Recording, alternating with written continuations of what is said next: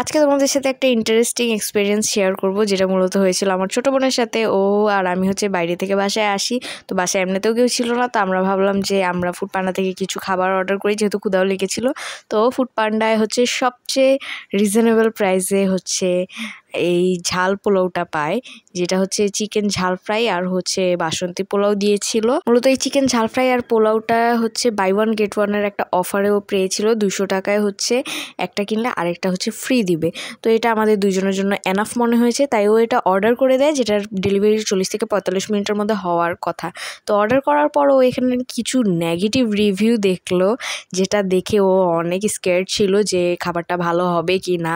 তো ওর এই কনফিউশনে আমি কিছু আলু ভাজিও এক্সট্রা করে নিই, যদি একদমই ভালো না লাগে তাহলে যাতে কোনো মতে ক্ষুধাটা নিবারণ করতে পারি, এই আলু ভাজিগুলো দিয়ে অ্যাটলিস্ট কোনো রকম মেখে টেখে খাইতে পারি যাতে, এর জন্য। এরপরে যখন খাবারটা আসলো তখন আমাদের কাছে স্মেলে তো একদম পেট ভরে যাচ্ছিলো, এত সুন্দর স্মেল ছিল। সেই সাথে খাবারের কোয়ান্টিটিও খারাপ লাগেনি, যদিও চিকেনটার সাইজ আমার কাছে একটু ছোটো মনে হয়েছে।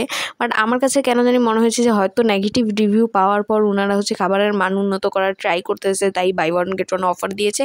আর নাহলে সবার টেস্ট তো আর এক হয় না, সবসময় রান্নাও এক হয় না।